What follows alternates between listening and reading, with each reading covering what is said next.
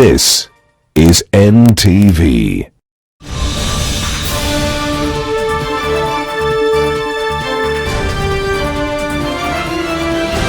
Na hujambo mpenzi mtazamaji, popote ulipo, ni tarehe 12 ya mwezi Mei mwaka 2020, sana wakati mwingine tena wa kuwa pamoja kwenye meza ya NTV. Sasa bila shaka hili ni jukwaa lako. Tunasema kama si sasa basi ni sasa hivi. Tunakupa fursa ya kufahamu mengi yanayoendelea katika maeneo mbalimbali humu nchini, pamoja na mjadala wa kusisimua ambao kawaida unaandamana na package nzima ya NTV. Sasa waandishi wetu wanakuwa wamekita kambi katika maeneo tofauti kuhakikisha kwamba hupitwi na lolote.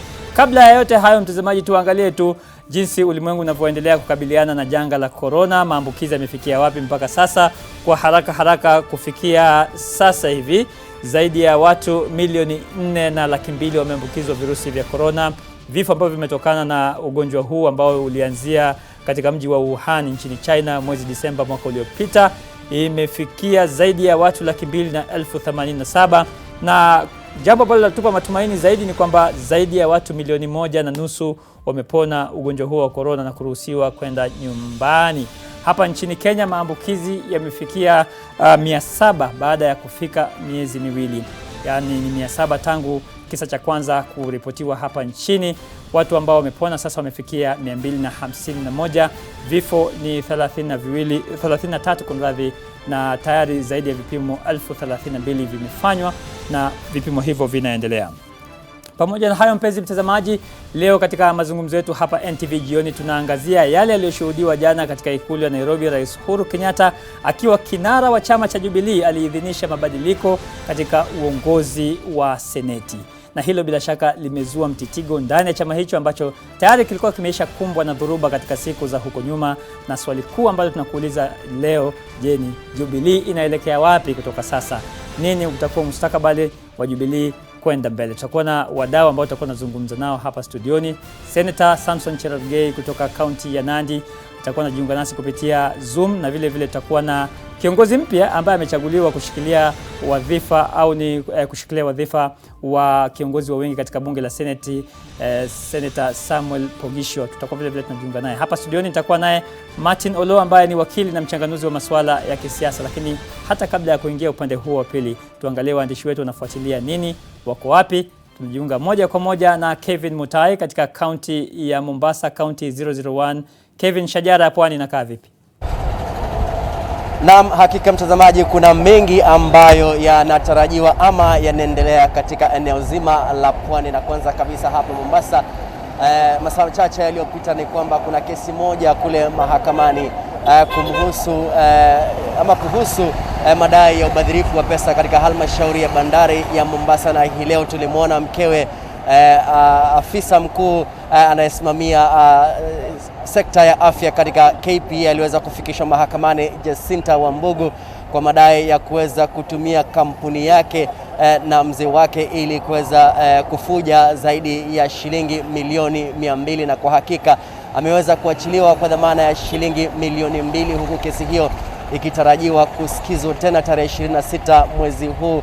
Vile vile mahakama imeweza kuamuru kwamba ofisi ya ODPP iweze kuwasilisha wengine wawili ama washukiwa wengine wawili katika sakata hiyo tarehe 26 ili waweze pia kusomewa mashtaka dhidi yao, lakini kwa hakika mshukiwa Jacinta Wambugu aliweza kukana madai dhidi yake, na hivyo basi mahakama ikamruhusu ama ikamwachilia kwa dhamana ya shilingi milioni 2. Mbali na hayo pia mtazamaji, ni kwamba hapa katikati mwa jiji wahudumu wa tuktuk na vile vile bodaboda wamepokea baadhi ya vifaa ambavyo vitawasaidia katika kukabiliana na kuenea kwa virusi vya COVID-19, na kwa hakika hapa naona kwamba baadhi yao wameweza kupewa barakoa na vile vile thermometer guns. Hiki ni kifaa ambacho itawalazimu wapime wateja wao kabla ya kuanza safari ama kabla ya kwenda kuabiri tuktuk ama vile vile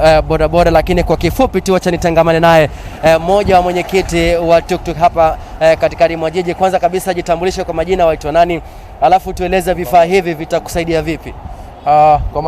Kwa majina naitwa Anwar Said, mimi ni chairman wa tuktuk, na tunashukuru sana leo dealers wameweza kusaidia na vifaa vya kuleta usalama wa kuleta usalama na kuprotect members wetu, kwa sababu kwamba barakoa kama hizi zitasaidia abiria wanapoabiri na madereva vile vile wakiwa na hudumu wawe katika hali ya usalama, wamejikinga kwa hii maradhi ambayo imeenea hatari ya corona. Lakini hii ni mara ya kwanza tutawahi kushuhudia kwamba kama wahudumu wa tuktuk ama bodaboda hivi sasa mtaweza kuwapima wateja wenyu, na unakumbuka kwamba serikali imesema yote ambaye atakuwa na kiwango cha juu ambayo ni nyuzi za kiwango cha 38 na kwenda juu, ni hatua zipi ambazo mtaweza kuchukua ili kuweza kuhakikisha mmeweza kupeleka habari hizi mbele kwa maafisa wa afya na vile vile usalama ili waweze kuchukua? Tunatarajia kufanya kazi karibu sana na vitengo vya usalama na afya, kwa kuwa vitu kama hivi kwetu ni vigeni. Iwapo tutakuwa tumepata kama hivi na tukaweka katika stage yetu, basi wale abiria tutakaokuwa tumewapima tutajua katika ile maeneo kwamba kuna maeneo ambayo yameathirika zaidi, penginepo kuna maeneo ambayo yako more serious, ambapo kwamba tunaweza kusema tutapeleka report tukasema labda mtaa huu tunaona athari iko juu, na vile vile madereva wetu tutajua kwamba wanahudumu katika hali ya usalama vile vile, hata kukubali kubeba mtu ambaye kwamba labda ameathirika na ahatarishe maisha yake na wengine wateja wake. Na je, pengine mmepewa mafunzo kuhusu jinsi ya kuweza kutumia kifaa kama hichi? Na hivi tunapokuambia ndio mara kwanza kukishika, na hakika kama tutapewa vifaa kama hivi na tutafundishwa, tutatoka tuende kufunze wale members wetu kule mashinani. Naam, shukrani sana. Na kwa hakika mtazamaji, kumbuka kwamba kaunti ya Mombasa ni mojawapo wa maeneo humu nchini ambayo imechangia pakubwa virusi vya corona, huku maafisa wa afya wakisema kwamba ama wameripoti zaidi ya visa 200 kutoka hapa Mombasa, na kwa hakika tutaendelea tu kutafuta habari zaidi. Na kabla sijasahau pia mtazamaji, ni kwamba kuna shughuli ya kuwapima madereva wa malori katika mpaka wa Kenya na nchi jirani ya Tanzania kule Lunga, na hafla hiyo inashuhudiwa na maafisa tofauti katika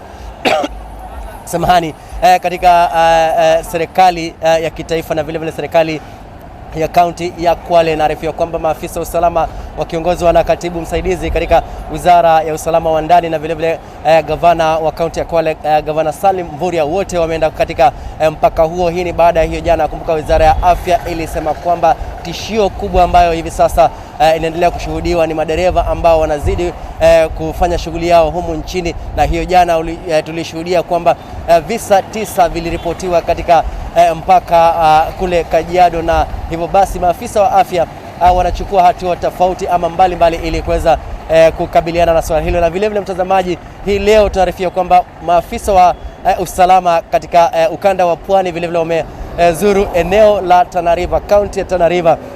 Hii ni kutokana na tishio la mafuriko ambalo linazidi kushuhudiwa katika maeneo tofauti kaunti hiyo, huku ikisemekana kwamba mamia ya wenyeji wamelazimika kuhama makwao baada ya maeneo yao ya kuishi kufurika, na hivi sasa wamelazimika kutafuta makao mbadala ili kuweza kukwepa athari za mafuriko. Na hivi sasa tunaarifiwa kwamba mshirikishi wa eneo hili la Pwani John Elungata ameongoza kikosi cha maafisa wa serikali katika eneo hilo, na mtazamaji, kwa hakika tutakupakulia zaidi kuhusu yote yanayojiri katika ukanda wa Pwani. Kwako Salim Swaleh. Naam, asante sana Kevin Mutai. Bila shaka mtazamaji, ndivyo hali ilivyo katika ukanda huo wa Pwani. Kevin Mutai atakuwa anafuatilia yote ili kuhakikisha kwamba katika taarifa zetu zijazo, NTV at One, NTV Alasiri, NTV Jioni na NTV Tonight anakuletea mengi zaidi. Sasa leo mazungumzo yetu yanajikita katika picha hii. Katika mwanzoni mwa mwaka 2012 2013, wakati TNA pamoja na URP zilizaliwa, vyama hivi vikaja baadaye pamoja. Mwaka 2016 vikavunjwa vyama vyote na kuunda muungano wa Jubilee. Huu mduara ulikuwa ni mduara ambao umekamilika, na ulikuwa ni mduara ambao una mikono iliyoshikana kwa nguvu sana. Lakini kwa masikitiko makubwa, hali sasa ni tofauti. Jana tumeanza kuona tayari mabadiliko yamefanyika katika bunge la Seneti. Viongozi wale waliokuwa wameondolewa na wanaonekana ni wale viongozi ambao wanaegemea upande wa naibu rais. Sasa leo katika swali letu la siku, mtazamaji, tumekuuliza kulingana na yale ambayo unayaona, unazungumzia vipi swala hilo la mabadiliko ambayo yanatokea katika Seneti, na tumekuuliza je, kwa mtazamo wako Jubilee inaelekea wapi baada ya mabadiliko hayo katika bunge la Seneti? Jubilee inaelekea wapi katika baada ya mabadiliko hayo yaliyofanyika jana katika bunge la Senate, na naona tayari watu wameishaanza kuzungumza. Tutakuwa tunaangalia hayo baadaye kidogo, na unazungumza na sisi kupitia mitandao yetu ya kijamii @salimswale001 kwenye Twitter, kwenye Instagram, kwenye Facebook Salim Swale, @NTV Kenya kwenye Instagram na kwenye Twitter vile vile, na vile vile baadaye kidogo tutafungua line zetu za simu kusikia unasema nini. Jana tulikuwa tumekuletea taarifa kuhusiana na kile kilichofanyika katika ikulu ya Nairobi. Tuanze na taarifa hiyo.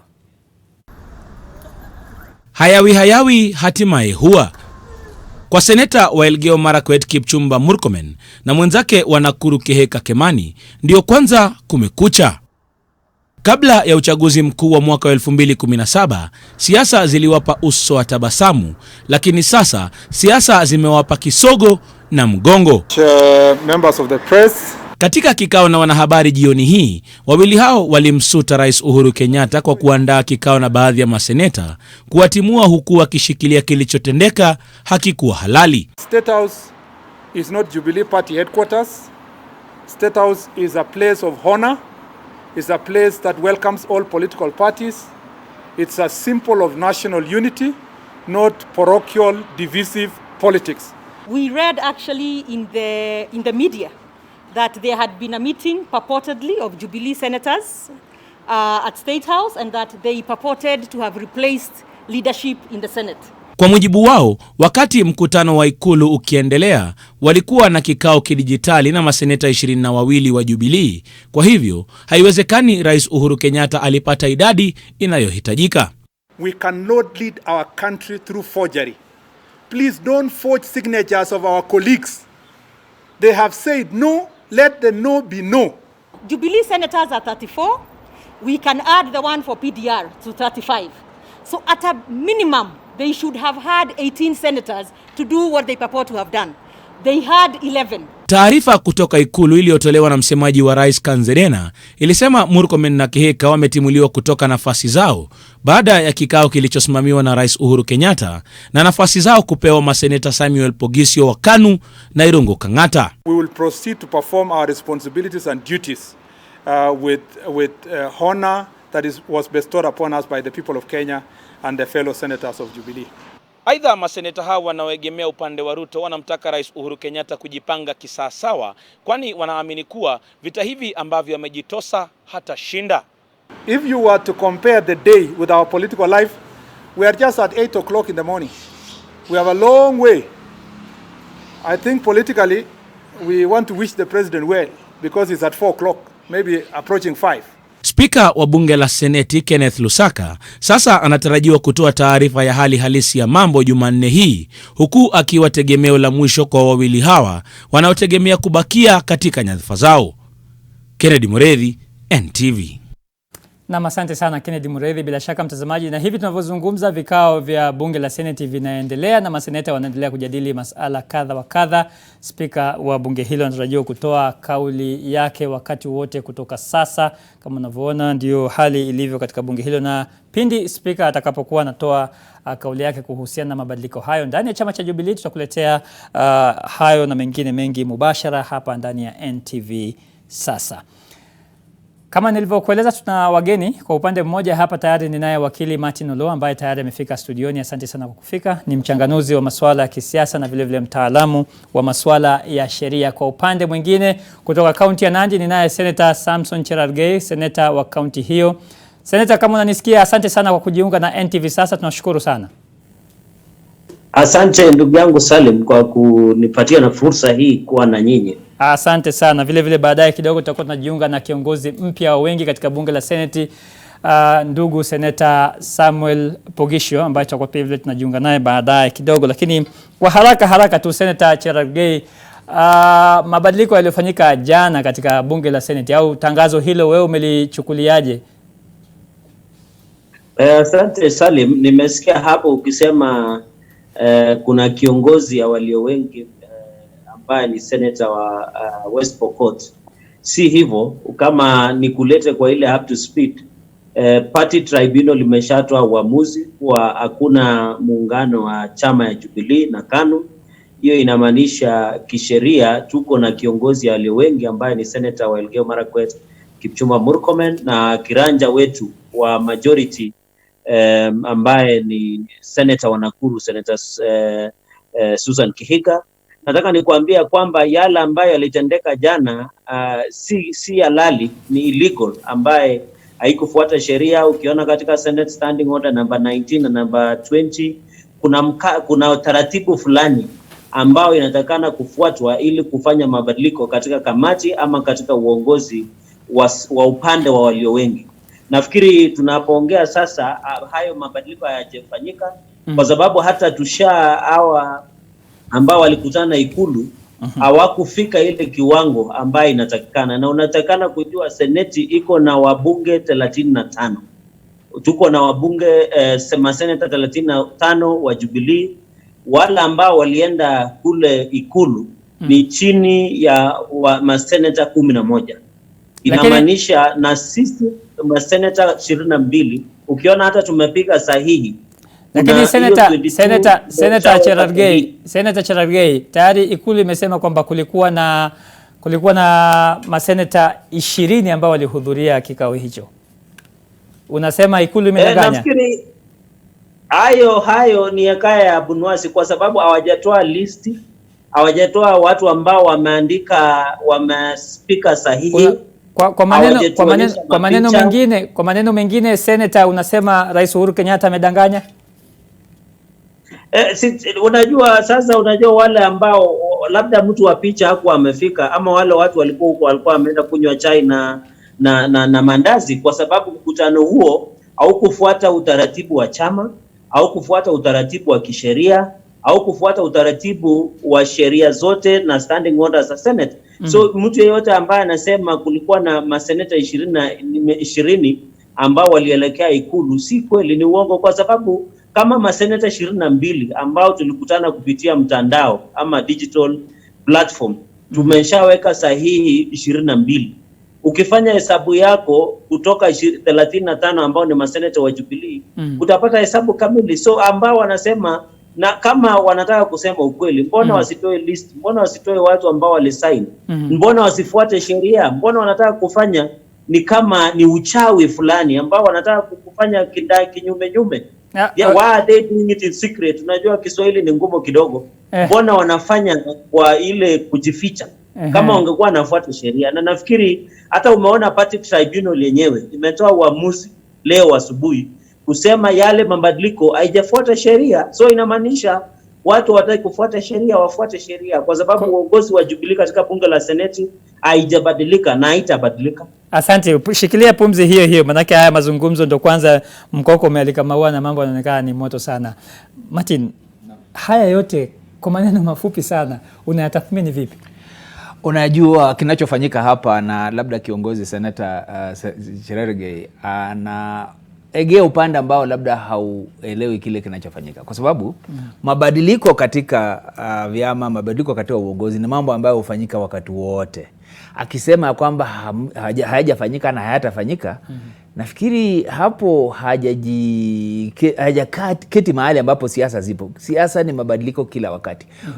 La ajabu hapa ni kwamba kuna wakati fulani ambapo Rais Kibaki aliingia katika chama cha KANU, na wakati huo Rais Kenyatta alikuwa ndiye kiongozi wa KANU. Akasema kile kilichofanyika pale kilikuwa sio halali, lakini mambo haya yaliendelea kwa sababu tayari yeye akiwa kwa PNU Rais Kibaki tayari alikuwa ameangalia KANU na akachukua kwa watu na akaendelea. Kinachofanyika hapa si cha ajabu, kwamba wakati tulipoona ODM inaanza kufanya kazi na Jubilee, Wiper wanafanya kazi na Jubilee, KANU inafanya kazi na Jubilee, kwanza kusema kwamba eti hawana wengi katika bunge ni jambo ambalo kidogo lazima liangaziwe. Kwa hivyo wale wanaozungumza mambo haya ndio watafuata sheria, ndio wataendelea kutafuta ni jinsi gani political parties tribunal inaweza kuwasaidia. Ni sawa, ni haki yao, lakini siasa hazichezwi katika zile corridors za mahakama.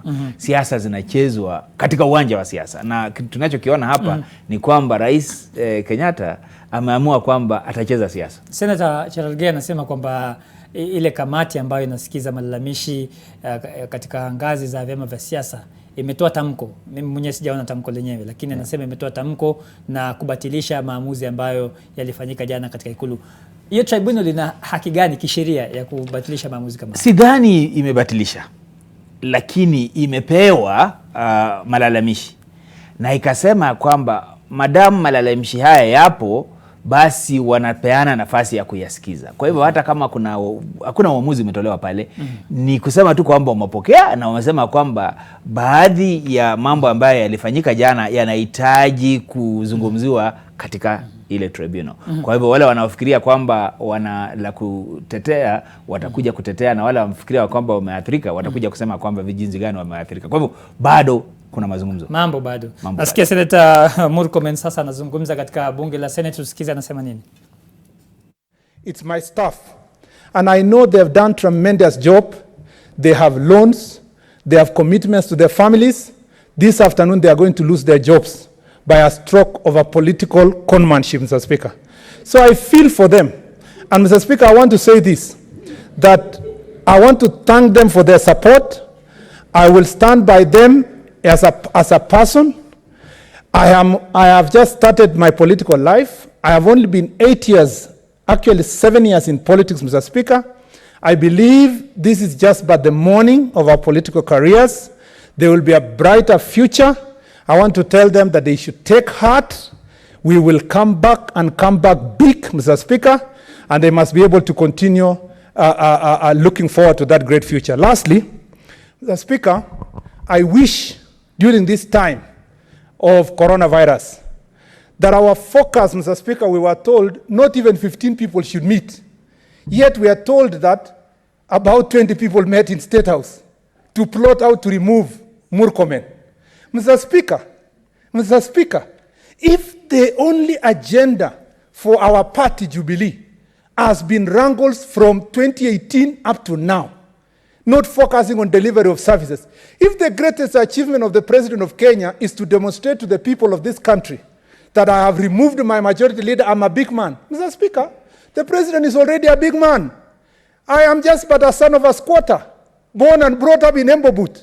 To be a subject of his discussion over and over again, I want to say, Mr. President, now therefore deliver for the people of Kenya. Murkomen is out of the way. If I was your stumbling block, deliver for the people of Kenya. Allow all the bills that, Mr. Speaker, has been signed unconstitutionally, and which, Mr. Speaker, this House went to court to challenge, allow those bills to come to Senate. Mr. Speaker, I want to tell the President, stop lying to the Senate. You told us you will give us oversight fund. Bring the oversight ban to the Senate if Murkomen was the stumbling block. It is only, Mr. Speaker, if I was the only reason, Mr. Speaker, that Senate was not being protected, I want to say, Mr. Speaker, that it is time. Mr. Speaker, it is time. There's a point of order. I want to conclude, Mr. Speaker. There's a point of order. Order, Senator Murkomen. Please. Please, yes. What's your point of order? Then you conclude, Senator Murkomen. Mr. Speaker, what's your point? I was on a point of order, Mr. Speaker. So if order? No. I stood on a point of order. No, I thought. Okay. Mr. Speaker, again, we are guided by rules of this House. Is it in order for Senator Kipchumba Murkomen to impute on the conduct on the conduct of the President of the Republic of Kenya? I never said it. If he wishes to accuse the President, then it is time for him to make a substantive motion to that effect. Is it in order for him to discuss the President and his conduct? Yes, Mr. Speaker, I have not discussed the conduct of the President. I know the rules of this House. The President promised this House oversight fund. Mr. Speaker, 2.5 years down the line, he has not delivered. The President promised that in this House, Mr. Speaker, the signatures, Mr. Speaker, of his bills, Mr. Speaker, must come to both houses. He has not delivered. Senator, Mr. Speaker, the respect of this House can be more achieved if I pave way for that respect to be achieved. There's a point of order. Mr. Speaker, at the end of the day, whatever our passions, whatever our anger, the rules of this House must be observed. I heard Senator Murkomen state unequivocally that the President should stop lying to the nation and he should now deliver the things he itemized. Mr. Speaker, is it in order for him to run away from his statement and try to persuade us that he didn't make those statements? Mr. Speaker, I urge you that if he cannot withdraw the statement now, you will look at the proceedings of the House in the afternoon or tomorrow, and he should accordingly withdraw and apologize.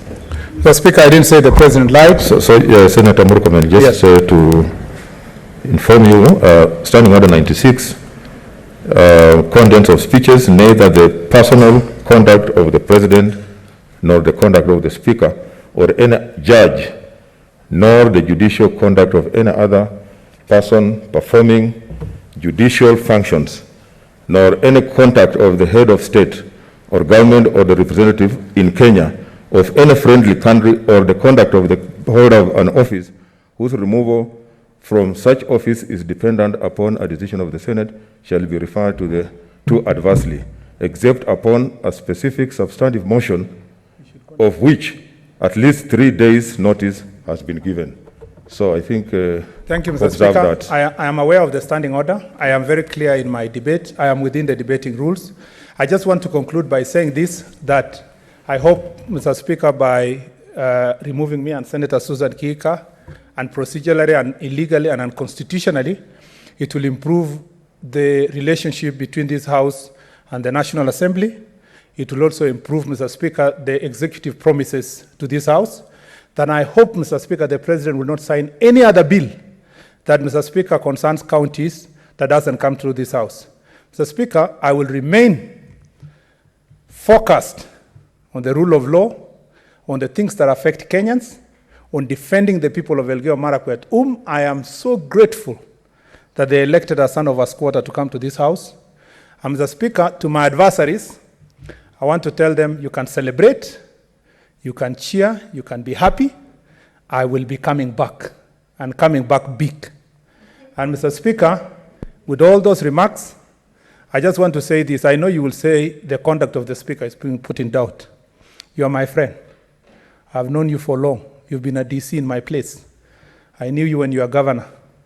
I moved the motion. I defended you here when Orengo and Wetangula wanted to bring Senate documents against you. Mr. Speaker, this is not your decision. You made this decision under duress and undue influence. And I'm sorry you had to do it. Order, Thank you, Senator, Mr. Speaker. Order, Senator Murkomen. Mr. Speaker, Order.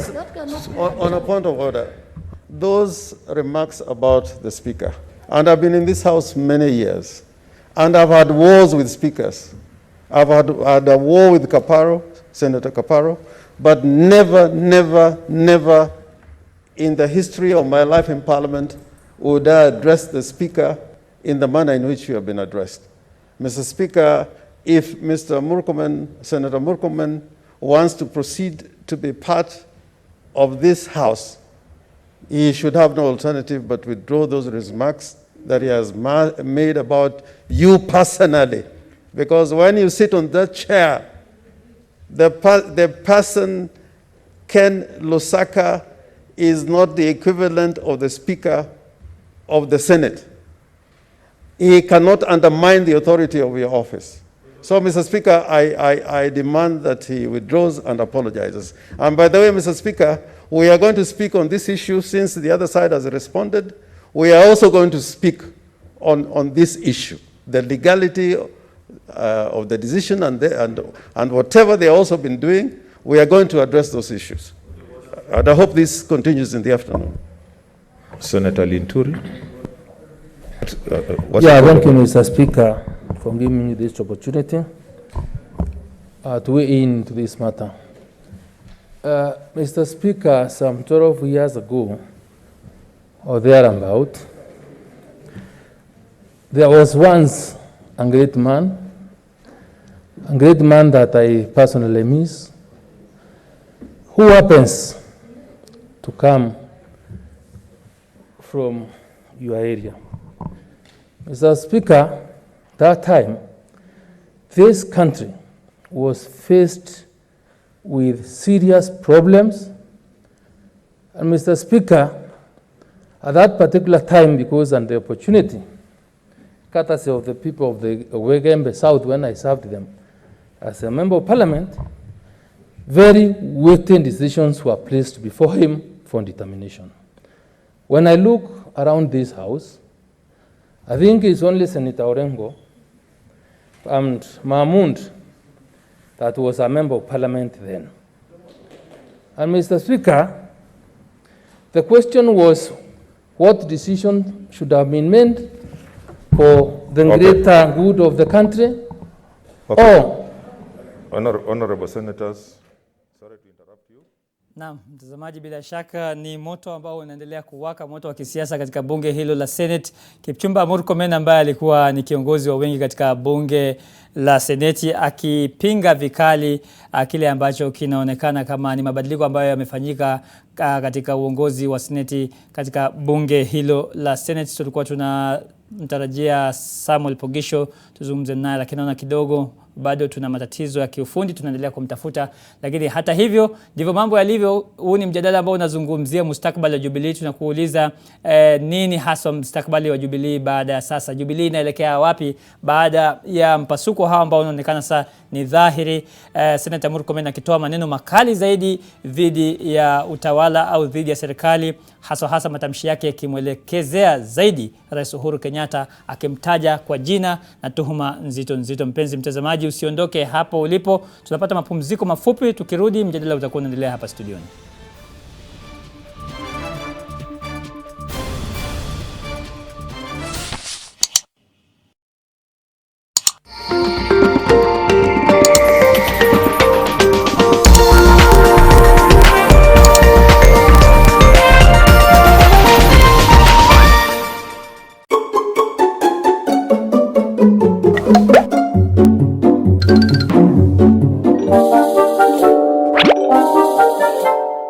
Working from home? No problem. Fiber Home has you covered with the fastest and most reliable internet speeds. Get connected today. Kazi lazima iendelee. Basic protective measures as guided by the World Health Organization. Clean hands frequently with soap and clean water. Cover nose and mouth when coughing and sneezing with a tissue or flexed elbow. Avoid close contact 1 meter or 3 feet with anyone with cold or flu-like symptoms. If you have fever, cough and difficulty breathing, seek medical care early. Avoid raw or uncooked animal products. Help the world put an end to the spread of respiratory diseases by sharing this message with a friend. Message brought to you by Sour Herbal Family Bath Soap. Just move to the next level with the Daily Nation. Every day, every Monday, Junior Sport will move you to the top of your class with KCPE revision papers. To move to a healthier, fitter, and more conscious you, read The Healthy Nation every Tuesday. My network will inspire your career, your passion, your biashara, and your network every Friday. Just move to the truth.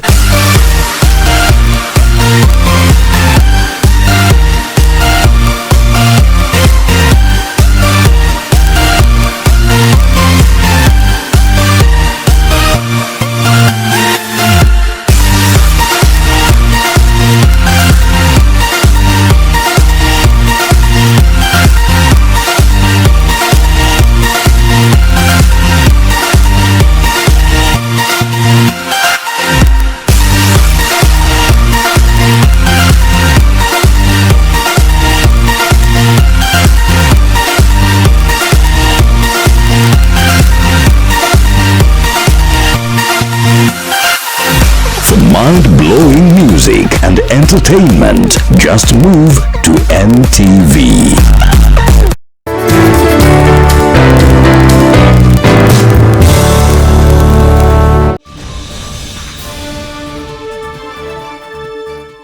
Naam, karibu tena mpenzi mtazamaji, kama ndio kwanza unafungulia runinga yako na kujiunga nasi, unatazama NTV. Sasa tunazungumzia mpasuko ndani ya chama cha Jubilee, chama ambacho kiliundwa kama wenzo wa kumuingiza madarakani Rais Uhuru Kenyatta pamoja na naibu wake William Ruto. Wawili hao walikuwa na mapenzi ya ajabu ya kisiasa na ya kikazi, lakini vile vile urafiki wa jadi. Lakini kadri siku zinavyoenda ndivyo wawili hao wanaonekana kusonga mbali kutoka kwa kila mmoja. Jana tumeona mabadiliko makubwa yakifanyika katika uongozi wa Senate, na ni mkutano ambao ulifanyika katika ikulu ya Nairobi na kuhudhuriwa au na kuongozwa na Rais Uhuru Kenyatta kama kiongozi wa chama cha Jubilee, mkutano ambao matokeo yake yalipingwa na viongozi wengi wa chama hicho cha Jubilee, haswa Kipchumba Murkomen na wenzake ambao wanaegemea mkono wa naibu rais William Samoei Ruto. Sasa tunaye aliyechaguliwa kama kiongozi mpya wa wengi katika bunge la Senate, Seneta Samuel Pogisho, seneta wa Pokot Magharibi. Seneta Pogisho, asante sana kwa kujiunga na NTV sasa,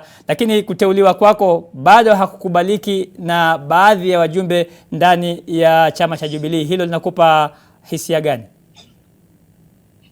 Asante. Nashukuru wana Jubilee ambao wamenichagua kuwa kiongozi wao wengi. Kwa hivyo niko tayari kufanya hiyo kazi.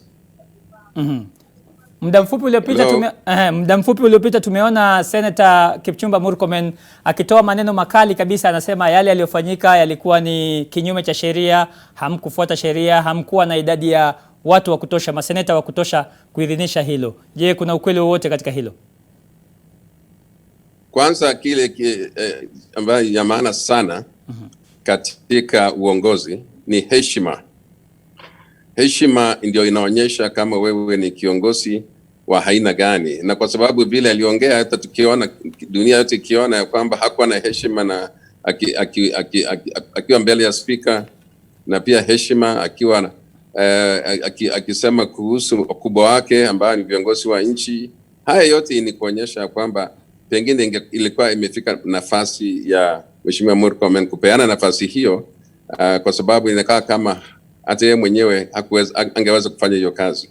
Kuna wale wanajiuliza pengine kwa nini haukwenda bungeni, pengine unaogopa moto ambao unaendelea katika bunge la Senate? Nani? Watu wanauliza kwa nini wewe hujaenda bungeni, unaogopa moto ambao unachacha huko? Hapa nilikuwa pale. Nimetoka pale ndio nikaona message yenu ya kwamba naweza kuungana nanyi sasa. Nilikuwa pale ikisomwa ile statement na speaker. Nilikuwepo. Vile vile kumekuwa na masuala mengi ya kisheria kuhusiana na kuchaguliwa kwako, na inavyoonekana ni kwamba muungano kati ya mrengo fulani wa Jubilee na chama cha KANU ni muungano ambao haujazingatia masuala ya kisheria. Hilo nalizungumzia vipi? Mimi siwezi nikaingia katikati ya sheria na nini ama mambo ya sheria. Nasema tu ya kwamba mikutano ilifanyika chini ya kiongozi wa chama mwenyewe ambaye ni rais. Sisi wabunge wa seneti 20 tukiwa pale, na uchaguzi ulifanywa, na ile uchaguzi ni kwa sababu ilitokana na mkutano. Wale ambao hawakufika kwa hiyo mkutano hawezi kusema walikuwa wamekutana kwingine. Lile taarifa ambayo limetoka kule kwa chama ni taarifa moja tu ambayo inapatiana mwongozo kuhusu viongozi ambao wamechaguliwa. Hakuna taarifa nyingine ambayo inaonyesha jambo tofauti. Kwa hivyo hii ni mambo ambayo huwezi kusema sikuwa mkutanoni, lakini sisi ambao hatukuja tulikuwa wengi kuliko wale ambao walikuja. Haja ya kuchaguliwa ni kuwa katika mkutano, sio kuwa nje ya mkutano. Senator Pogisho, naona kidogo na picha yako inapotea kabisa katika TV. Labda urudishe simu. Hapo. Asante sana. Lakini kwa haraka pengine agenda yako kubwa zaidi ukiingia katika bunge la Senate kama kiongozi wa wengi, una agenda gani ya kurudisha chama pamoja? Manake inavyoonekana chama limemeguka. Asante sana. Ya muhimu ya kwamba kuna kazi inaendelea. Uzuri ya Senate ni ya kwamba kazi ya majority leader na kazi ya bunge ilipangwa zamani. Kuna taratibu na kuna pia mipangilio. Kwa hivyo nitaendeleza haya maneno ambayo ilikuwa imeanzishwa na mwenzangu, alafu pia kujaribu kuleta watu pamoja. Kazi ambayo inatakana sasa ni heshima, tuheshimiane, tufanye kazi hii pamoja. Hii ni juu ya Seneti, hatuingilii katika siasa zingine. Siasa tu ambayo iko sasa ni kuendesha mpangilio ya seneti ambayo iko mbele yangu kama kiongozi wa wengi. Naona vile vile tunajiunga na Senator wa Nandi Samson Cherargei ambaye yuko katika mazungumzo haya. Umemsikia Senator Pogisho akizungumzia yale ambaye amezungumzia swala la uhalali na kwamba mkutano ulifanyika uliongozwa na kinara wa chama. Sijui unazungumziaje, wewe ni mwanasheria? Nafikiri nimeona Senator mwenzangu wa Pokot Magharibi, Senator Pogisho amesema kwamba tukue na heshima. Heshima pia inatakikana, usidoe ama usizoee. Lazima ukue na heshima ndio upewe heshima, kwa sababu hata anajua kisheria standing order namba 19 na 20 kuna utaratibu fulani na kuna uamuzi ambaye imetolewa na party tribunal ya leo imesema ile coalition ya KANU na ya Jubilee haijafuata kisheria, na nafikiri kuna makosa. Kama angekuwa ni mtu wa heshima na amekaa katika uongozi kwa muda, angengojea kwanza, asikuwe na haraka, kwa sababu tunapoongea sasa yeye anataka ni maseneta watatu ambao ni wa KANU, maseneta 35 ni wa Jubilee. Inamaanisha ya kwamba kuna makosa fulani, kwa sababu hata katika jamii yangu huwezi kupewa kusimamia dip kama wewe hauna ng'ombe. Hiyo inambaye ni Senator Pogisho amefanya, na sisi wengine ambao ni maseneta 20 na kwenda juu ambao tuliweka sahihi kusema hatuko aliko wala kukubaliana na yale ambaye yaliyofanyika kule Ikulu, ni haikufuata sheria. Na nafikiri kama tunataka tutoane heshima, lazima tuheshimu sheria pia. Lazima tufuate taratibu za sheria, taratibu za standing orders, na nafikiri hiyo ni hiyo ni kuu. Hatujafuata ile utaratibu wa kisheria. Senator Pogisho Cherargei anasema kwamba hiyo ni kuu, haya ni mapinduzi yamefanyika. Unazungumziaje hilo? Nasikia vile anasema. Hilo unazungumziaje? Najua ya kwamba katika fikira yake huko senator mwenzangu ni mambo tu ya kuu ndio anafikiria. Hii ruling imefanywa na speaker kulingana na standing orders, na mikutano ilifanywa kule State House na party leader ambaye ni rais alikuwa mwenyekiti ya hiyo, na wenye walikuwa pale senator 20 wakiamua, ni kwa sababu sisi ni coalition, wakiamua ni mtu wa KANU atakuwa kiongozi, itakuwa ni mtu wa KANU. Ikiwa ni mtu wa PDR atakuwa ni mtu wa PDR. Ikiwa mtu wa, mbona wakati ule wote hawakulalamikia watu wa PDR wakiwa katika uongozi? Sasa KANU sio adui yao, sio KANU. Waliitwa mkutano, kila mmoja alipata barua ujumbe ya kuitwa katika hiyo mkutano. Wenye walikuja walifanya uchaguzi, wenye hawakuwepo hawangefanya hiyo uchaguzi. Kama walitaka kuzuia KANU, si wangekuja ndio wazuie KANU isipigiwe kura siku hiyo, kwa sababu sisi ni chama moja. Sisi sasa tumekuwa kama ni ndugu moja, coalition. Umekuwa coalition moja. Unakubaliana na hilo swala la coalition, Senator Cherargei, kwamba nyinyi mmekuwa ndugu moja na kwamba mlialikwa mkakataa, basi nchi haiwezi kusimama na chama haiwezi kusimama kwa sababu nyinyi mmekataa kwenda? Nafikiri nimeuliza tu ambaye ndugu yangu Senator Pogisho anatakana kujua, kwani ni ngumu. Nataka tu watu waambie ni ngumu kufuata sheria, kwa sababu hata party tribunal imeshatoa uamuzi kuwa ile muungano wa KANU na Jubilee hujafuata utaratibu na kisheria. Nini ni ngumu kufuata sheria? Kwa sababu hata Senator Pogisho anajua kwa sasa yeye hana confidence ya wana Jubilee maseneta, yeye ako na confidence ya maseneta wawili wa KANU. Sasa atawezaje kuongoza the majority side kulingana na standing orders? Na tunajua ile uamuzi Speaker Lusaka amesoma, hiyo ni uamuzi tu ambao ni tu ile inaitwa political decision ambayo haijafuata njia fulani. Hiyo uamuzi ambao kwanza hawezi kusema hivyo kuhusu speaker. Tunajua ya kwamba ndio Senator Pogisho, endelea. Njia ambayo ya mkato ambao sasa unajua hata ukikasirika vile sasa mwenzangu anaonyesha ile heshima ya bwana speaker akishaamua wabunge wanaambiwa ile speaker aliamua. Kamera yako inapotea kamera kidogo, Mheshimiwa Pogisho, rudi tena katikati rudi katikati ya picha, tunakusikia na endelea tu kuzungumza. Endelea kuzungumza. Ndio Nasema kwamba asitumie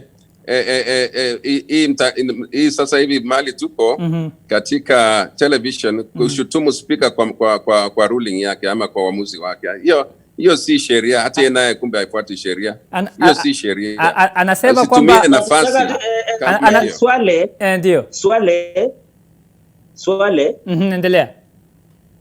Nafikiri kusema hata uamuzi wa mahakama huwa inakubaliwa hata kuwa criticized. So haimaanishi kuwa uamuzi wa speaker akishafanya ni uamuzi kama Biblia.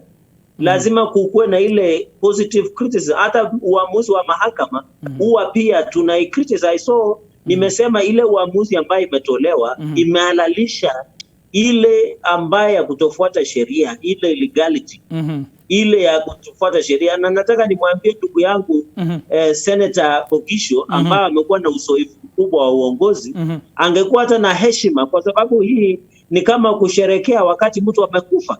Na hiyo ndio Senator Ogisho labda katika pumzi hiyo Senator Ogisho, katika pumzi hiyo Senator Cherargei anasema kwamba hauna support ya majority ndani ya Senate. Unatarajia kufanya kazi vipi?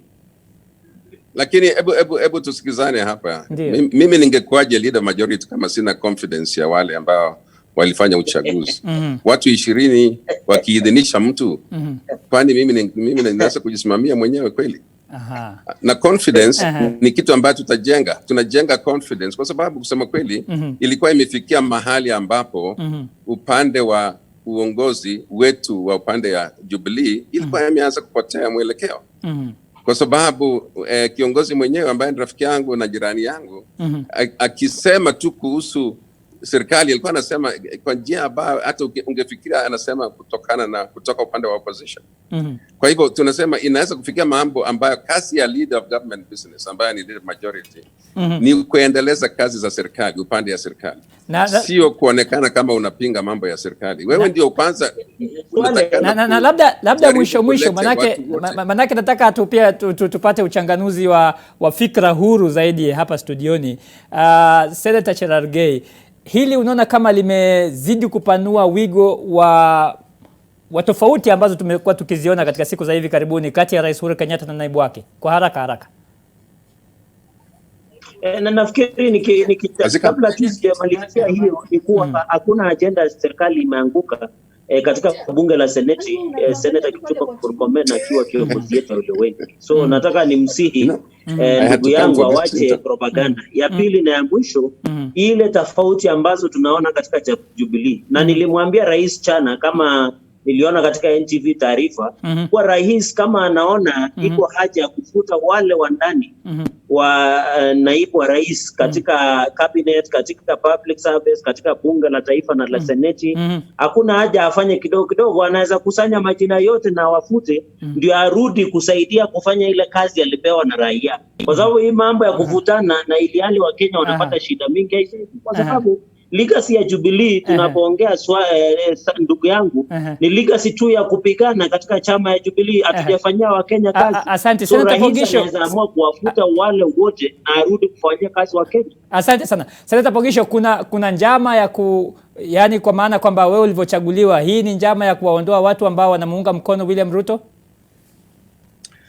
Mimi sina habari ama ujumbe kama hile. Sitasukumwa na mtu kufanya jambo ambalo haitaleta uwiano, na nitajaribu kila njia kuleta watu wetu pamoja na kuhakikisha kwamba chama cha coalition ya Jubilee itakuwa ikishughulika shughuli za bunge wakiwa kitu kimoja. Hizi kugawana hii imetokana na mambo ya siasa ambayo mimi siwezi kujiingiza katika ile siasa. Kazi yangu ni kuleta kina ndugu yangu huyo na wengine pamoja, tujaribu kupeleka kupeleka program ya serikali mbele ambayo inakuja kwa bunge. Asante sana. Bila shaka mpenzi mtazamaji, kama unavyosikia, bila shaka ni pande mbili zinazovutana, na ni dhahiri kwamba chama cha Jubilee sasa hakipo pamoja, ingawa kauli mbiu yake ni kusema tuko pamoja inavyoonekana, na kama unavyoona katika picha ambazo tumekuwekea, mkono umeanza kusonga mbali kutoka kwa moja na kwa mwingine. Kuna mmeguko ambao unaonekana dhahiri hata katika mazungumzo ya viongozi hao wawili ambao wote wanatoka chama kimoja, chama cha Jubilee. Martin, pengine tu kwa haraka mazungumzo hayo umeyasikia vizuri, kila mtu anavutia kwake, kauli za mwisho nini Jubilee inaelekea wapi kutoka sasa? Kwanza kabisa ni wakumbushe hasa wafuasi wa naibu wa rais kwamba katika mabishano kati ya masikio ya ng'ombe na pembe itashinda, kwa sababu pembe ziko juu, masikio yako chini.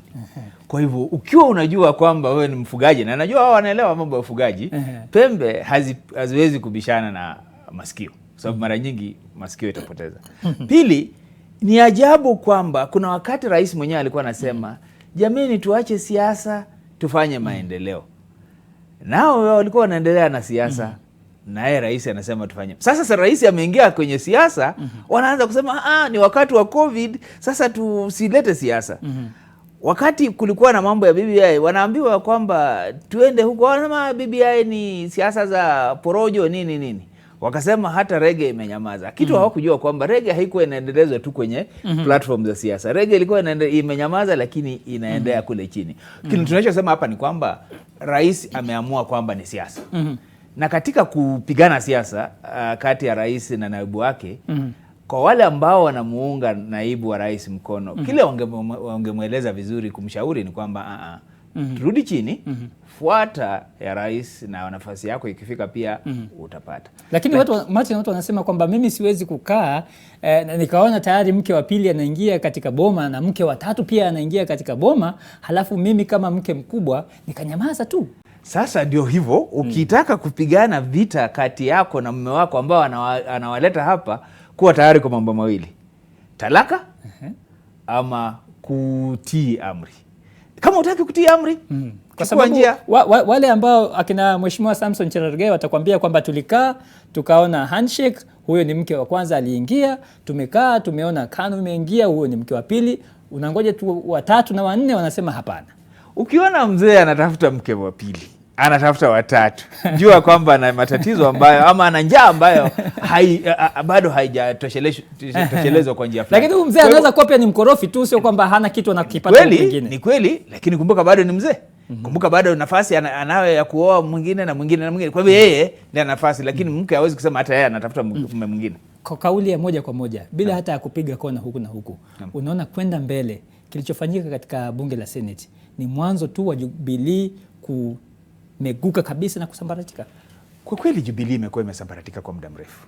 Kumbuka kwamba tangu rais aanze kutafuta uhusiano wake na wengine, ilikuwa kwa sababu ndani ya Jubilee rais alielewa kwamba haya mapinduzi wanayosema hao wanaopiga kelele walianza mapinduzi ndani ya Jubilee kitambo, kwa sababu ukiangazia mrengo wa Murkomen, ukiangazia mrengo wa Kiika, ukiangazia hata Duale, hawa ni watu ambao walikuwa wameletwa kutokana na mrengo wa naibu wa rais, na pia wameonyesha wazi kwamba hawana heshima kwa rais, na pia rais anasema okay, mnanidharau mapema na mimi pia nitatengeneza uhusiano na wengine. Kuna wasiwasi kwamba haya mazungumzo yanaelekea katika bunge la kitaifa, na pengine huo ni mjadala wa siku nyingine, kwamba yanaelekea huko, yataelekea kwenye baraza la mawaziri.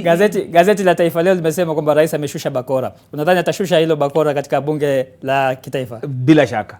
Hiyo ndio next destination. Wacha tuangalie vile Wakenya wa kawaida wanasemaje, watazamaji ambao wamekuwa kifuatilia mjadala huu. Na tulikuwa tumekuuliza mtazamaji, je, Jubilee inaelekea wapi baada ya mabadiliko na baada ya mazungumzo hayo? Kuna huyu hapa ambaye ni Collins Siana anasema clearly Jubilee is on its deathbed.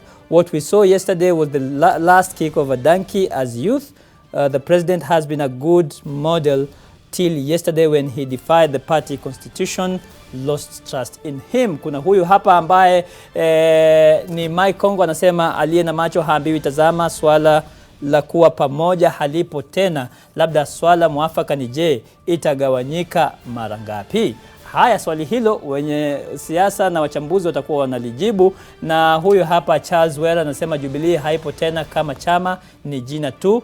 Na mwisho kabisa nina huyu hapa ambaye anajiita 2032 Kenya MP, Jubilee imeamua kurudi Misri tena ili NASA waingie Kanaani. Haya mtazamaji, ndio haya ambayo tuliweza kukusanyia katika NTV. Sasa imekuwa shana na fahari kubwa kuwa nawe. Asante kwa wale wote walioshiriki. Senator Samson Cherargei, Senator Wanandi ambaye amekuwa na mchango mkubwa. Asante sana kwa kuchukua muda wako na kuzungumza na NTV sasa. Asante sana. Vile vile tulikuwa na Senator wa Pokot Magharibi Samuel Pogisho ambaye sasa ndio kiongozi mpya wa wengi katika bunge la Seneti. Asante sana kwake. Na hapa studioni tulikuwa naye Martin Olo, wakili maarufu na mchanganuzi wa masuala ya kisiasa. Shukran, na vile vile kwa wale wote ambao wamefanikisha NTV sasa. Nampisha mwenzangu Debal Ainea, baadaye kidogo atakuwa anakuja na kuletea taarifa za kina kwenye NTV at One. Mimi ni Salim Swaleh na kutakia dhuhuri njema. Kwaheri.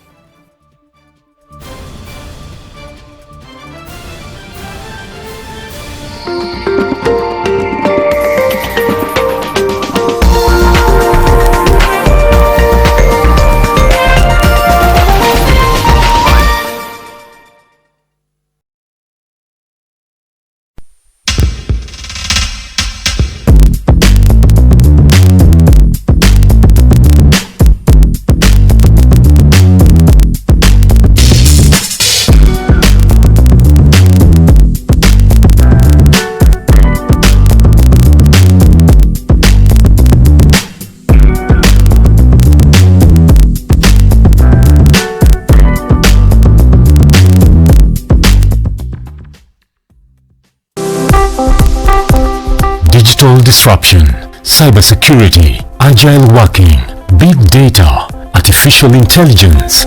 COVID-19 has pushed stakeholders into rethinking and fast-tracking the role of technology in day-to-day life, from e-learning, e-commerce, e-delivery, e-banking to e-clinics. Innovation has become a matter of survival and not just a goal for the future. On Thursday, 14th May 2020, the Nation Media Group will hold a live virtual Nation Leadership Forum from 7:30 p.m. on NTV. It shall delve into the impact of COVID-19 on the technological transformation of various industries and what this acceleration means to a population that may not have all the tools to benefit from it. Nation Leadership Forum. Engaging society, impacting the nation. This is Fact Finder from the BBC. A victim of revenge porn in Zimbabwe opens up about fighting shame and betrayal. He sends me a message and he says, "Oh, if you don't come back, you know I have those pictures." Campaigns marred by misinformation as the UK gears up for a fierce election contest. And online all the time, but how did the internet start 50 years ago?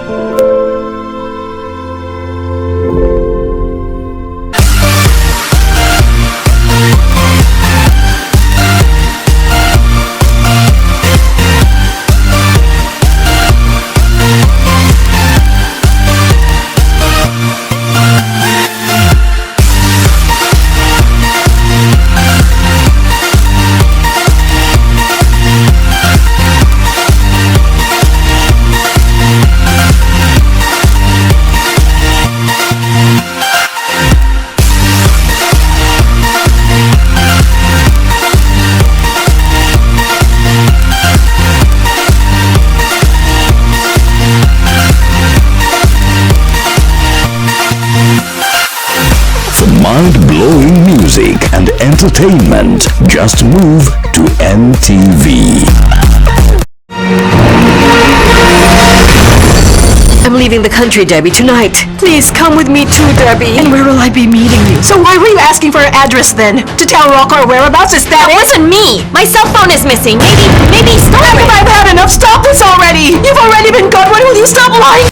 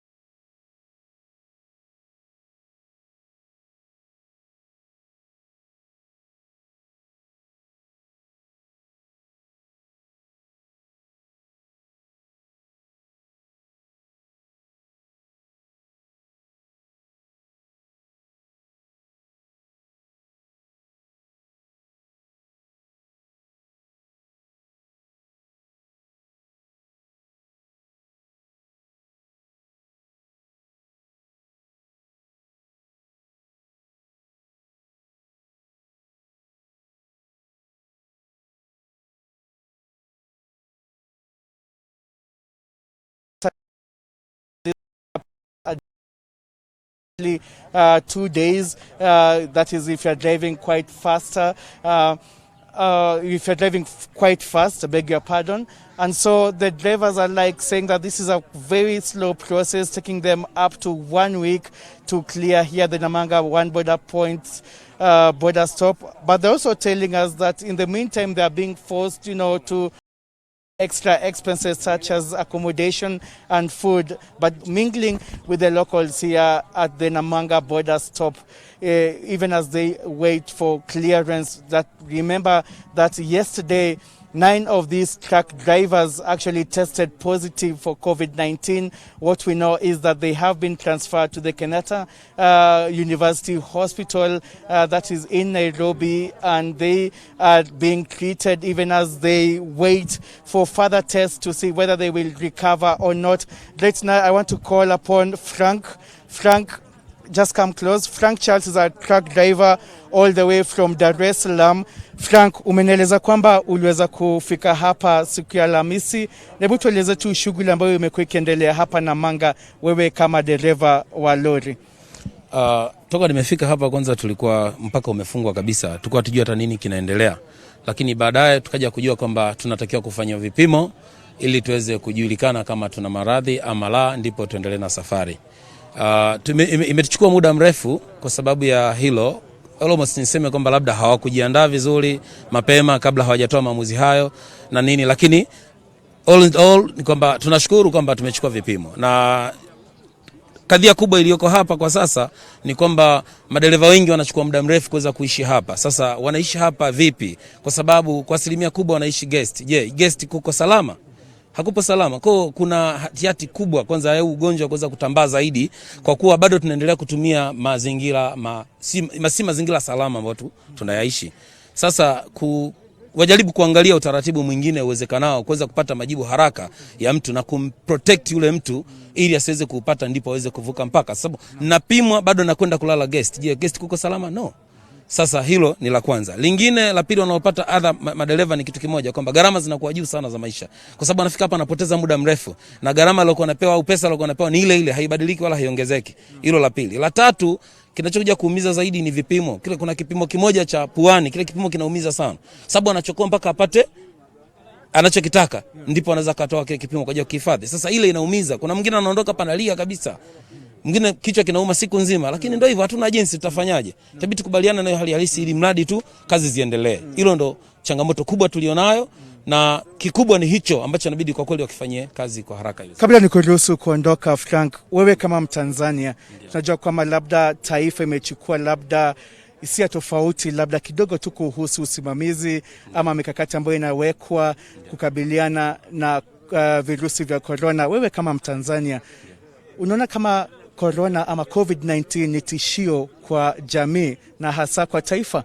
Hakika, corona ni tishio kwa dunia, sio jamii wala taifa tu. Ni tishio kwa dunia nzima. Sasa tujitahidi tu kuwa salama wote kwa pamoja. Kila mmoja ajilinde na kumlinda mwingine. Nikisema hilo nikiwa namaanisha kwamba hata wale wanaotupima pia wawe makini na hiyo kitu, kwa sababu hawezi kunipima mimi wakati huo amenipima mimi, ametumia mkasi ule mmoja kukatia ile kipimo yangu. Bado haja sanitize ule mkasi, wala yeye mwenyewe hajapaka sanitizer mikononi, anakuja kumshika mwingine anampima. Hilo nalo bado ni changamoto. Kwa wajitahidi nao pia kuwa hivyo. Yaani tujitahidi kujiprotect. Yaani ajiprotect mwenyewe bado aprotect na wengine pia. Naam. Thank you so much, Frank Charles, a driver from Tanzania who's actually transporting tires all the way from Dar es Salaam to Kenya's capital in Nairobi. He's among the over 200 drivers here waiting for this vigorous screening COVID-19 test. And after that, they will proceed if they are cleared and found out to be COVID-19 negative. But what we know is that the Director General for Public Health, that is Patrick Amoth, is among a delegation from the Ministry of Health that are expected to arrive here anytime from now, being led and hosted by the county government of Kajiado.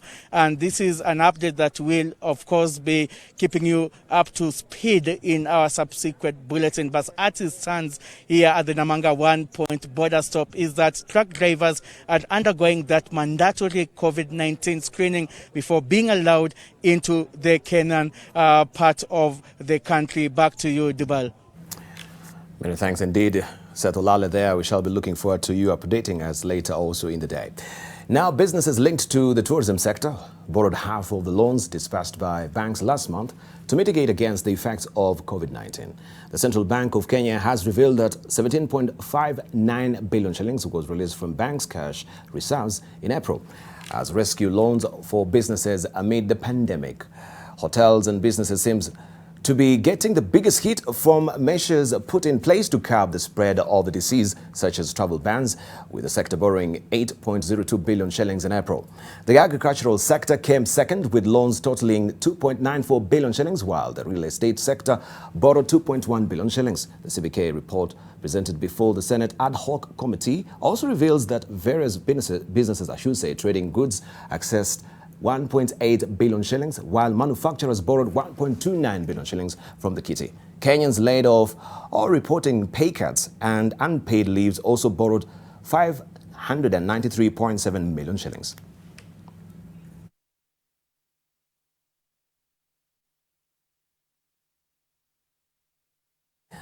Counties are now raising the red flag over the misuse of truck drivers who have been designated as essential service providers. According to Garissa and Tharaka Nithi governors, some of the truckers are a threat to the residents in their counties as they are resulting to carrying unauthorized persons in the hope of making an extra coin.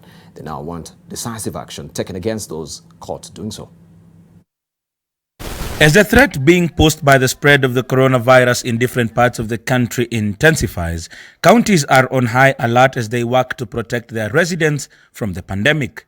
In Garissa County, Governor Ali Korane, who presided over distribution of food items to the less privileged, called on stringent measures to safeguard the disease spread, pointing an accusing finger at escapees from Misili and livestock traders. The governor says there is also a serious threat being posed by police officers who are not vigilant enough and take bribes to allow the people to cross the borders. Kwa wale watu ambao wako Nairobi na wanahepa wanakuja hapa, tafadhalini mkae mahali ambapo muko. Ni kwa maslahi yenu, ni kwa maslahi yetu. Ni makosa kutoroka na kuja hapa, huenda ikawa mkaleta magonjwa hayo hapa, na ni jambo la kusikitisha. Na wale tuko hapa tungependa kuwahimiza na sisi tukae hapa, tusije tukaenda kwingine. In Tharaka Nithi County, Governor Muthomi Njuki, who commissioned a sanitizing booth put up in conjunction with private partners, said the key to defeating the spread of the disease was placing measures geared towards protecting the residents. While also pointing an accusing finger at truck drivers, Njoki says the truckers are now turning commercial, claiming they have resorted to transporting people instead of goods under the guise they are turn boys. Ni watu wa transport wa chakula ndio wanaeneza. They are promoting contamination and infections of virus in Kenya at the moment. Kwa sababu wewe uko na lori umekubaliwa utoke Mombasa kwa sababu ulikuwa umepeleka nyanya. Alafu unabeba wasichana watatu ama vijana watatu, unaweka kwa ile kakitanda iko pale nyuma, ndio kila mmoja wao kupatia 3,000 urudi nyumbani. Wewe umebeba corona unarudishia watu wako nyumbani. Wale wana transport miraa, tafadhali ukibeba mzigo wako ukifika Nairobi, tumepata information ya kwamba kuna wengine wenu mnabeba abiria ambao hawastahili. Kwa hivyo langu tu ni kuwasihi ya kwamba tuendelee kuzingatia yale maagizo. In Meru, the county government continues to enhance its preparedness. The county leadership has received an advanced oxygen generating plant for Meru Level 5 Hospital in a move to grow the capacity to provide care to critically ill patients. While receiving the equipment, Governor Kiraito Muronge said the plant has a yield of 480 liters of oxygen a minute, which is faster than the earlier 10-year-old plant at the hospital, yielding 90 liters a minute. Nimekuja wakati mwema, wakati tunaendelea kujipanga kupambana na ugonjwa wa coronavirus. The county has also played a critical role in mass education on the coronavirus that has got most counties diverting their resources to combating the spread. Kennedy Muredhi, NTV. Let's go back to a top story where Senate Speaker Ken Lusaka has approved changes to the leadership in the House, thereby cementing the ouster of Kipchumba Murkomen as the leader of majority and Susan Kihika as the chief whip.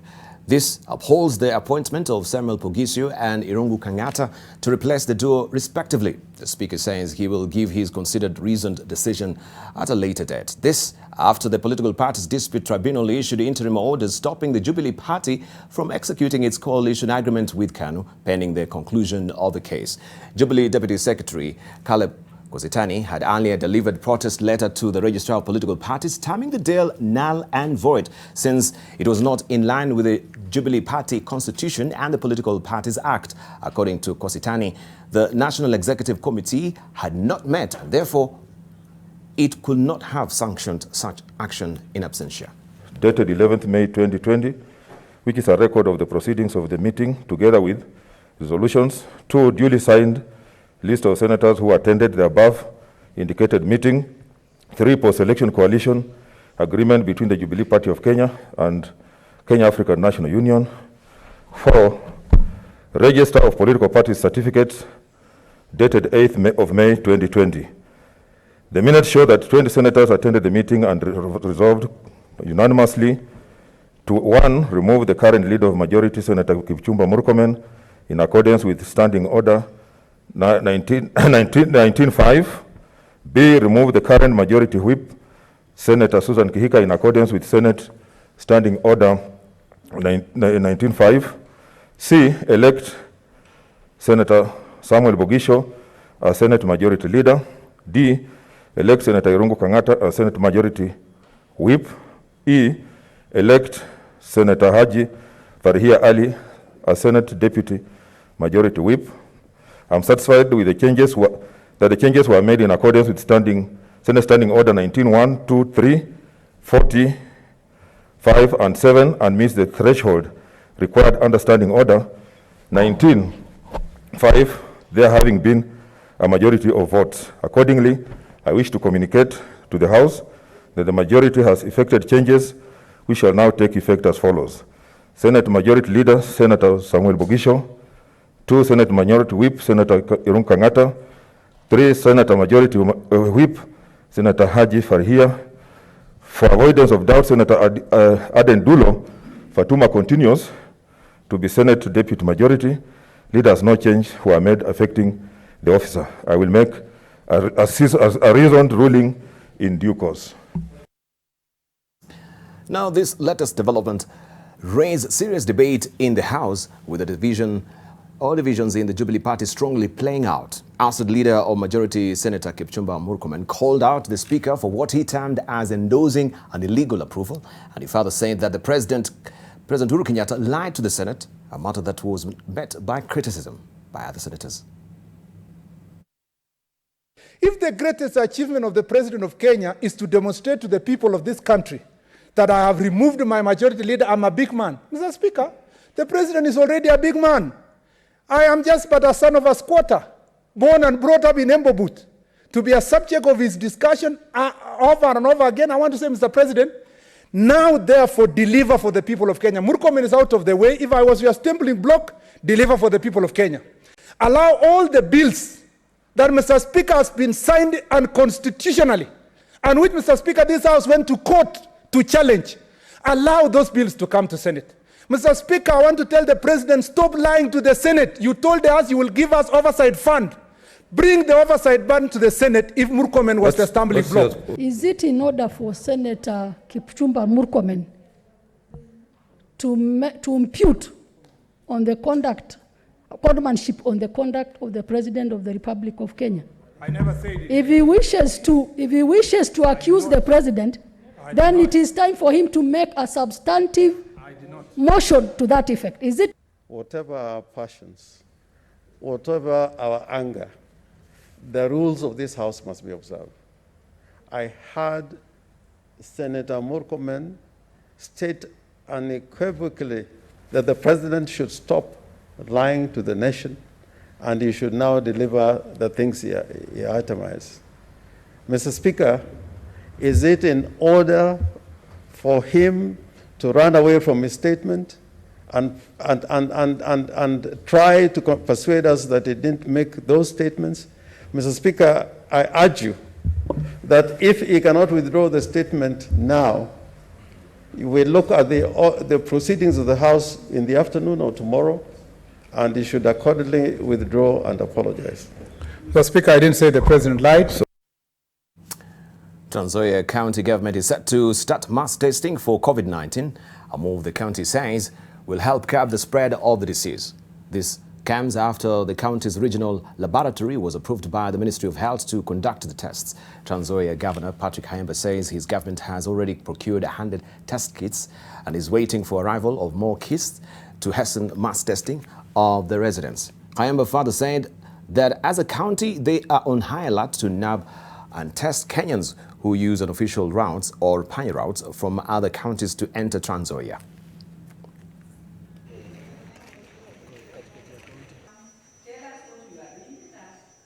Hatujapata kisa chochote. Tumekuwa tukipima watu wenye pengine wana dalili ama pengine wamesafiri kutoka sehemu nyingine na wameingia hapa. Kwa sasa tumepima zaidi ya watu 20. Bahati mzuri hatuna yeyote ambaye ameambukizwa. Time for me to select my thirst. We take a short break right now. When we circle back, we continue with more, so don't go away.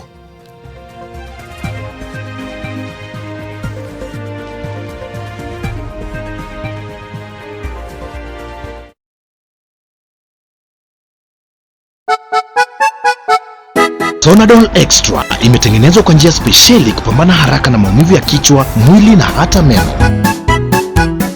Sonadol Extra, hakika maumivu yakizidi, pata ushauri wa daktari. Working from home? No problem. Fiber Home has you covered with the fastest and most reliable internet speeds. Get connected today. Kazi lazima iendelee.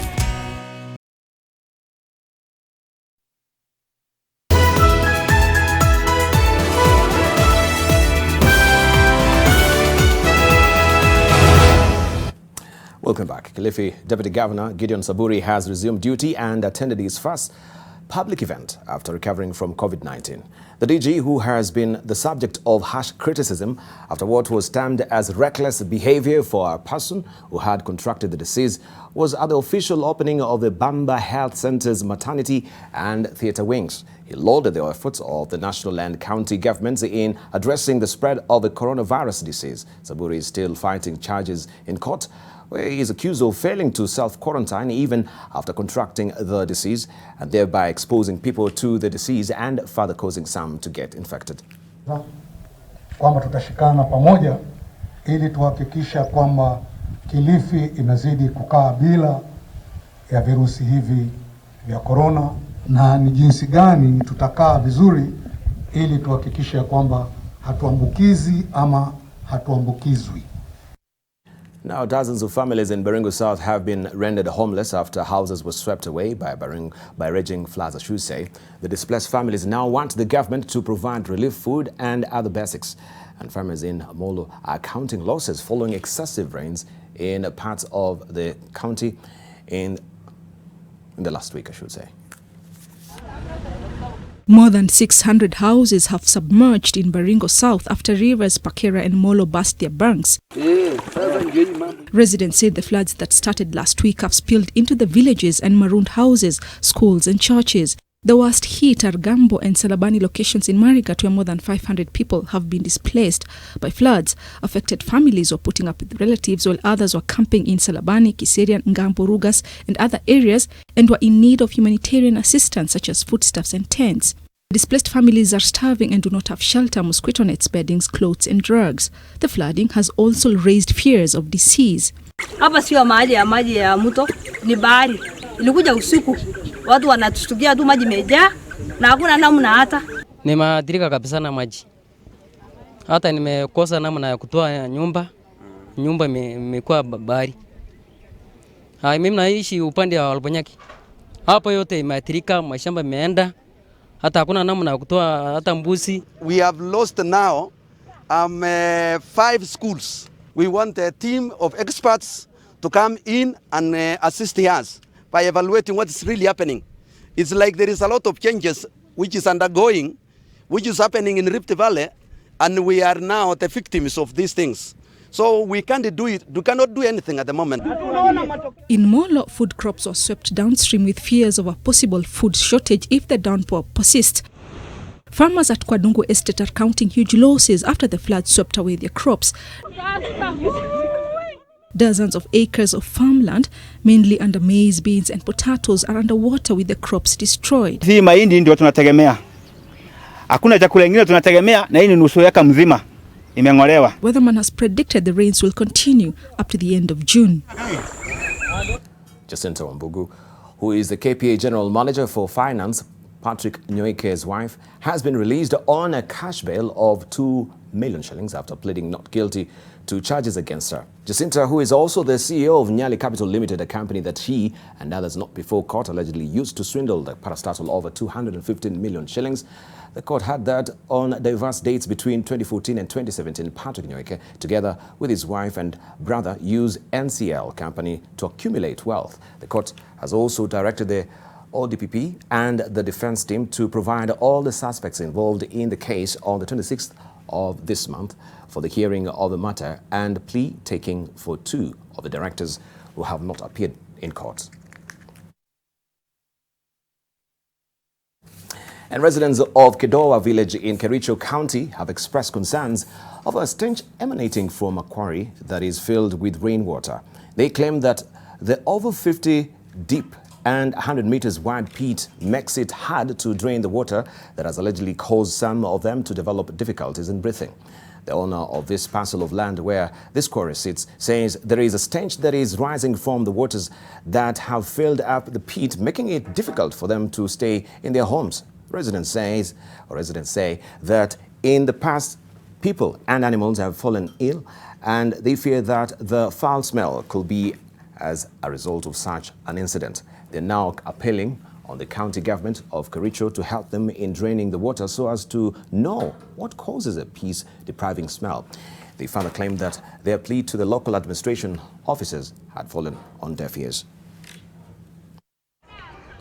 Na usingizi wa usiku sisi abana lala tunaweza kufikiria hii maji inaweza kupomoka ili amhakikie sisi kwa manyumba. Sisi hatulali kabisa. Hapa hivi tunajaribu hata kukula tunatabika nini. Kwa kusema kweli hata ninajaribu kuhama hapa. Hapa hivi tuko na wamama, wazee wako na magonjwa mengine tofauti, sasa akichanganyika na hapa hivi wanaanza kupata magonjwa mengine tofauti kubwa sana. 86 people who came into contact with 6 new COVID-19 patients in Mandera County have been quarantined and 64 others are being sought. This is according to Mandera Governor Ali Roba, who says one of the contacts believed to be COVID-19 positive, whose 3-year-old child tested positive, is still at large and is among those being sought. We have so far identified 150 through contact tracing. Out of this number, we have 86 people in our quarantine facilities already. We are actively pursuing 64 additional contacts. The total number of people tested for COVID-19 in Mandera County so far are 375. More than 10,000 people who have lost their sources of income in Uasin Gishu County due to hard economic times occasioned by COVID-19 pandemic are set to benefit from a relief food program spearheaded by 2 construction companies in Eldoret. Speaking at Anabkoi Sub-County's office in Eldoret during the launch of the distribution of the relief food, representatives from Visha Builders and Sirikwa Quarries called on Kenyans to be mindful of their neighbors. Anabkoi Deputy County Commissioner Norbert Komora has called on those willing to support the needy to liaise with the local administrators in order for the process to be carried out in a manner that does not risk the lives and health of the donors and the beneficiaries.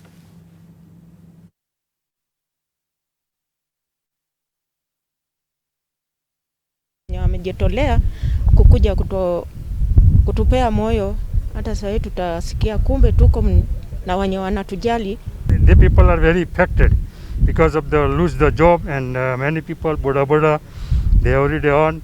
So like that people, we are decided that we give them provide foods, at least they can survive 2 weeks. People who are the misfortune in the society, we need also to assist them, because this time round people are at home with their children and they are not able to feed them for all this time. Hili janga la corona lilipoanza, watu wamekuwa wanatabika sana. Kwa hivyo msaada wote ule ambao unatolewa tunashukuru. Serikali pia naye imejitahidi. Kuna watu karibu 10,630 wamefaidika kutokea kwa ule mpangilio wa serikali. Carrefour Kenya, in partnership with the Kenya Red Cross, has launched a month-long campaign to help cushion communities in need during this time of COVID-19 pandemic. The donations will consist of maize, meal flour, rice, sugar, cooking oil, and other dry foods items. Carrefour has also urged its customers to join in on this worthy cause by donating food hampers and dropping them in the specific donation points located in each of the 7 Carrefour stores in Kenya. Distribution will be done through the Kenya COVID-19 Emergency Response Fund.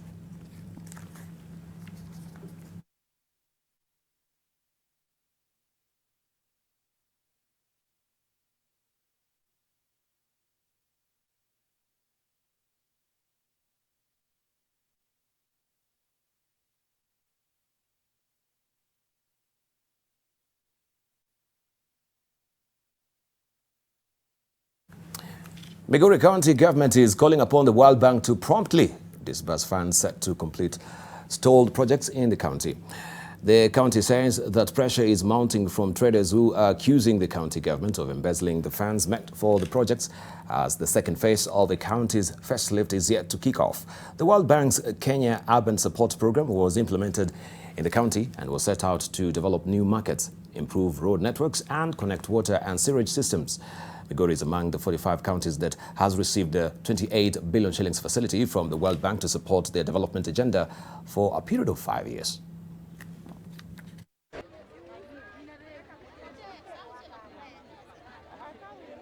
We are happy that the government at the national level is doing everything possible to ensure that this happens, but we would also urge the World Bank team and the State Department of Urban Development to fast track. Otherwise, the financial year is going to come to an end before we commence the project for this financial year, which is currently going on.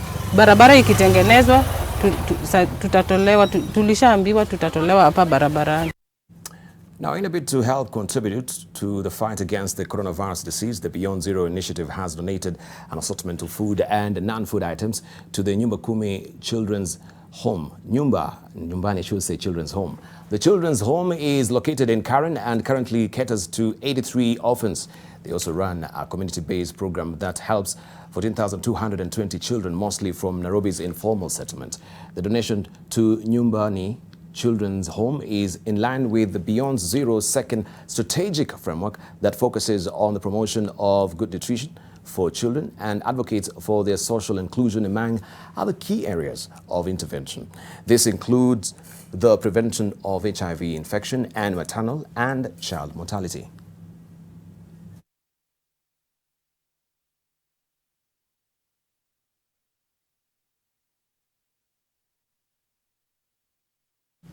Right, a sporting chance for sports and Ida Waringa. She's standing by. Ida, good to see you. Good to see you too, Debal. Indeed, it's a big decision today in terms of world athletics.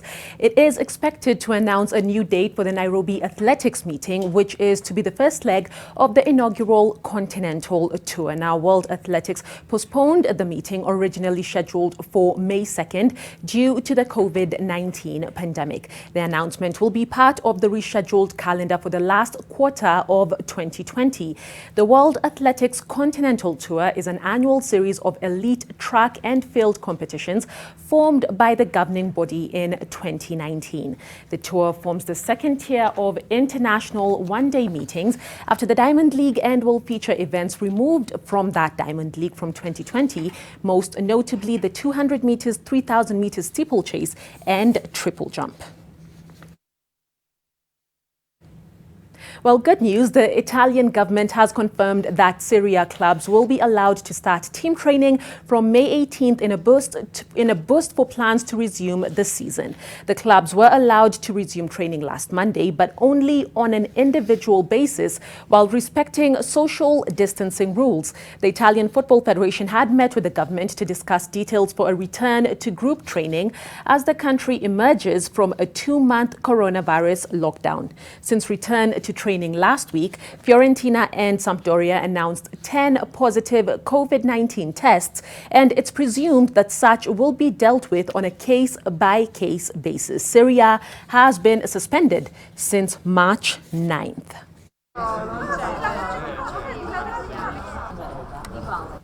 More good news. Real Madrid players are back in training at the club's grounds ahead of the planned resumption of La Liga next month.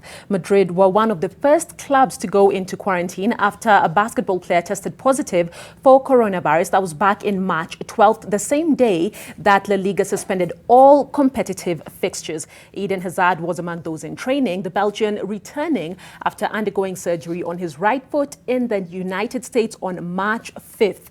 La Liga President Javier Tebas said the remaining 11 rounds of matches would be played over 35 days. That means, get this, fixtures on every day over that period. Well, more good news. Lionel Messi has donated €500,000 to help hospitals in his native Argentina fight the COVID-19 pandemic. The Barcelona forward's gesture to the Casa Garajan Foundation will go towards purchase of ventilation equipment and personal protective equipment in the city of Buenos Aires. In April, Messi and his Barcelona teammates reduced their salary by 70% and pledged to make additional financial contributions to ensure that the club's staff continued receiving 100% of their salary during football's coronavirus shutdown.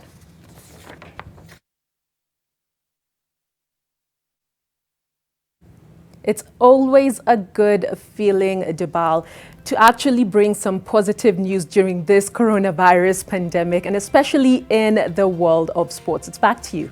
Indeed, indeed. And Lionel Messi there, what a salutary effort, trying to do good in this very torrid times that we're living in.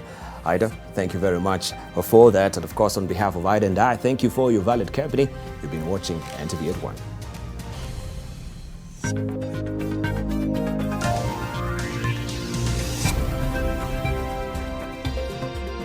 Allahu Akbar, Allahu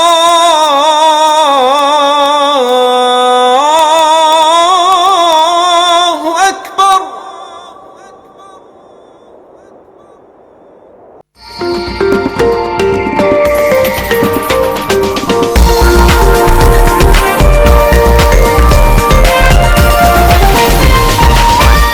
This is NTV.